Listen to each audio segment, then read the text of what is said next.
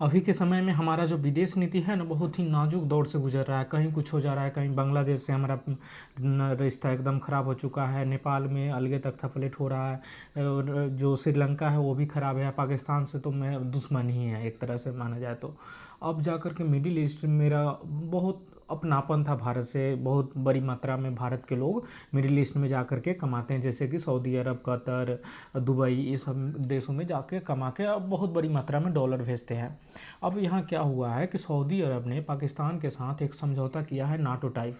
जैसे NATO country में जो भी शामिल हो जाता है तो उसका सिस्टम नहीं है कि कोई भी नाटो कंट्री पे एक छोटा सा देश भी पर भी आक्रमण होता है तो समझा जाएगा कि पूरे नाटो देश पर आक्रमण हुआ। उसी तरह से सऊदी अरब और पाकिस्तान ने एक समझौता किया है कि अगर पाकिस्तान पे हमला होता है तो सऊदी अरब पे हमला माना जाएगा, और अगर सऊदी अरब पे हमला होता है तो पाकिस्तान पे हमला माना जाएगा। तो ये इसलिए किया गया है कि जो पहले सऊदी अरब के अपना सैनिक नहीं है, वो अमेरिका पे डिपेंडेंट रहता है, लेकिन अब डोनाल्ड ट्रंप जो है वो आंख दिखा रहे हैं, इसलिए सऊदी अरब के प्रिंस जो है वो डर करके पाकिस्तान के पास चले गए। पाकिस्तान के पास बहुत बड़ी मात्रा में सैनिक है। अब वो इजराइल से डर करके, इजराइल अमेरिका की तरफ से रहता है, अमेरिका भी इजराइल की तरफ से रहता है, इसलिए सऊदी अरब को डर हो गया, इसलिए पाकिस्तान के साथ चले गए।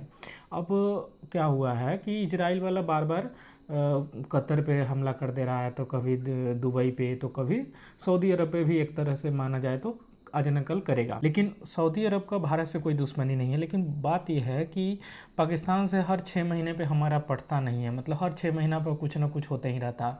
और अब हम अगर पाकिस्तान पे एयर स्ट्राइक करते हैं तो सऊदी अरब हमको आंख दिखाएगा। बात वहाँ ये फंस जाएगी कि हमारा बहुत बड़ी मात्रा में लोग जो है वो सऊदी अरब में जा कर के कमाते हैं। अब पाकिस्तान के पास तो कोई नहीं जाता है, लेकिन सऊदी अरब, दुबई में बहुत लोग जाते हैं। मिडिल ईस्ट पूरा भारतीय से भरा हुआ है। अब ये तरीका कुछ होगा, ये आँख दिखाएंगे, वहाँ लोगों को दिक्कत होगा।